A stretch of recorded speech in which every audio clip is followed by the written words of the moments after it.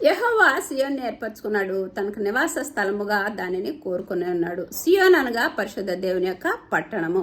ఆకాశంలో దేవాదేవుని నివసించే పట్టణం సియోన్ అంటారు. యెరూషలేము దేవాలయంలో దేవుని మహిమ ఉంటుంది కాబట్టి దానిని కూడా సియోన్గా పిలుస్తారు. అమూల్యమగు మూల రాయిని సియోన్లో స్థాపించి ఉన్నాడు. అమూల్యమైన రాయి ఎవరు అంటే యేసుక్రీస్తు ప్రభువారు.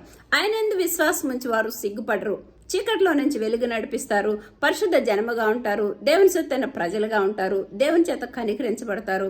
విశ్వసిస్తే రక్షణ నిత్యజయము కలుగుతుంది. ఒకవేళ విశ్వసించకపోతే సియోను అడ్డుబండ అడ్డురాయిగా ఉంటుంది. వాక్యానికి అవిధేయత తొట్టిల్తారు. రక్షణ నిత్యజయము కోల్పోతారు. ఒకవేళ యేసయ్యనందు విశ్వాసం ఇచ్చితే సియోన్లు దుఃఖించే వారికి ఉల్లాస వస్త్రాలు, బూడిదకు ప్రతిగా పూదండ, భారభరితమైన ఆత్మకు స్తుతి వస్త్రాలను గ్రహిస్తారు. నా జనులు నీవే అని సియోనుతో చెప్పినట్లు నా మాటలు నీ నోట ఉంచి నా చేతి నెడత నిన్ను కప్పి ఉన్నాను అంటున్నాడు. జనులు